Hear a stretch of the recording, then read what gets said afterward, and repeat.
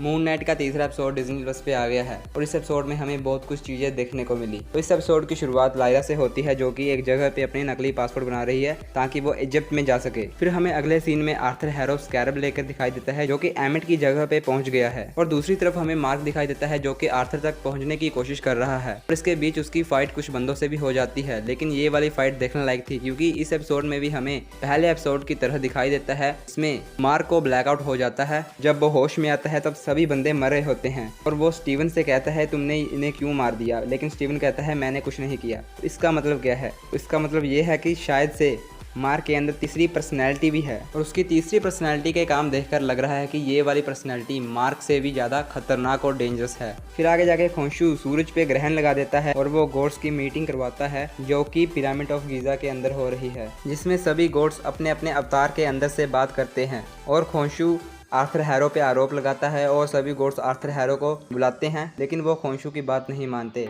ये सब देखकर हमें ये पता चल जाता है कि खोंशू की कोई भी इज्जत नहीं करता बल्कि सारे गॉड्स उसके पिछले अवतार आर्थर पर ज्यादा भरोसा कर रहे थे। उसके बाद जेटसेल मार्क को एक हिंट देती है कि प्राचीन में सेंफू नाम का एक मैजई था जो कि ममीज और गॉड्स के सैक्रिफिसेस को गार्ड करता था और जब गॉड ने एमिट को कैद किया तब उसकी लोकेशन सेंफो को भी पता थी जो कि अभी भी उसके सैक्रिफिसेस पे होगी।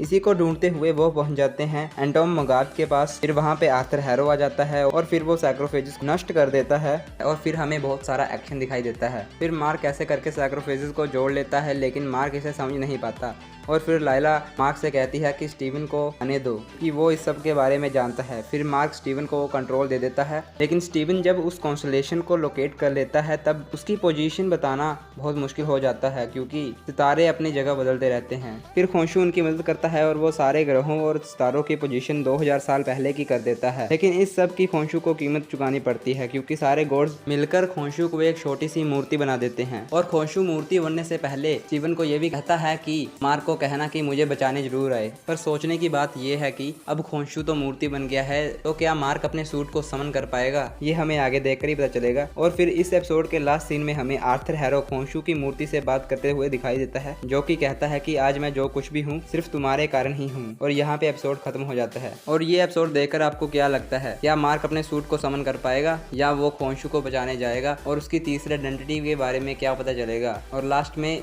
इस सब का मार्वल सिनेमैटिक यूनिवर्स पे क्या असर पड़ेगा? अब मैं भी चलता हूं। अगर वीडियो अच्छी लगी है तो लाइक कर दें और मैं ऐसे ही और इंटरेस्टिंग वीडियोस लाता रहूंगा, इसलिए इस चैनल को सब्सक्राइब भी कर दें।